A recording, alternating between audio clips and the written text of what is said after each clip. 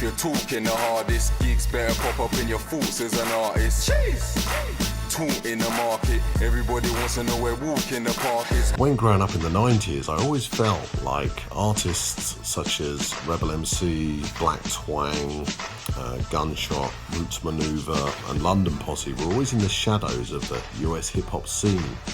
It wasn't until artists such as Giggs, Kano, Wiley, Dizzy came along at the turn of the millennium that changed all this.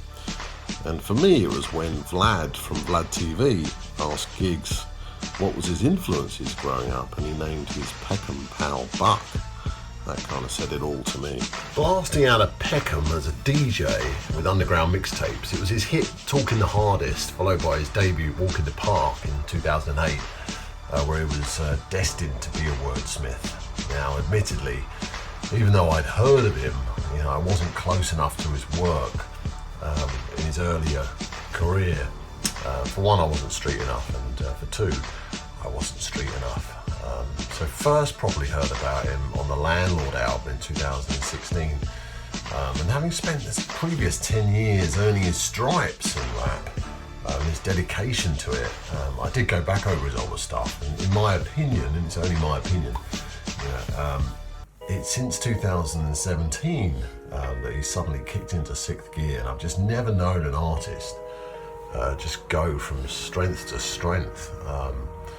Like a fine wine, he just seems to get better and better with age. Now, it seemed to be XL that were the only label that were willing to give him a chance, having been banned from MTV, BBC Radio 1 Extra, Enemies, Misrepresentation, and any attempts at live shows getting shut down by the police, with the police actually advising record execs not to sign him.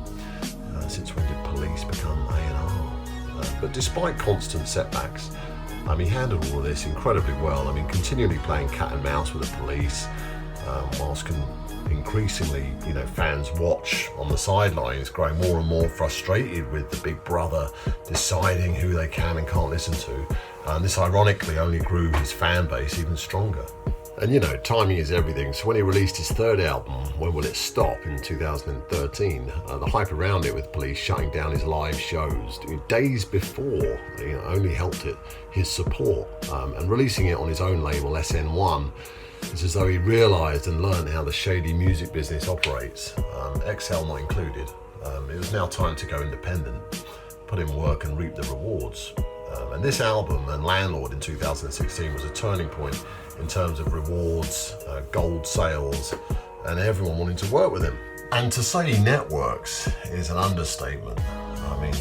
Look at it from the streets: Drake, Dave, Lily Allen, Kano, Wiley, Skepta, Ed Sheeran, Stormzy, Dizzy Rascal, you name it. He's connected, always trying to support up-and-coming talent as well that lacks opportunity.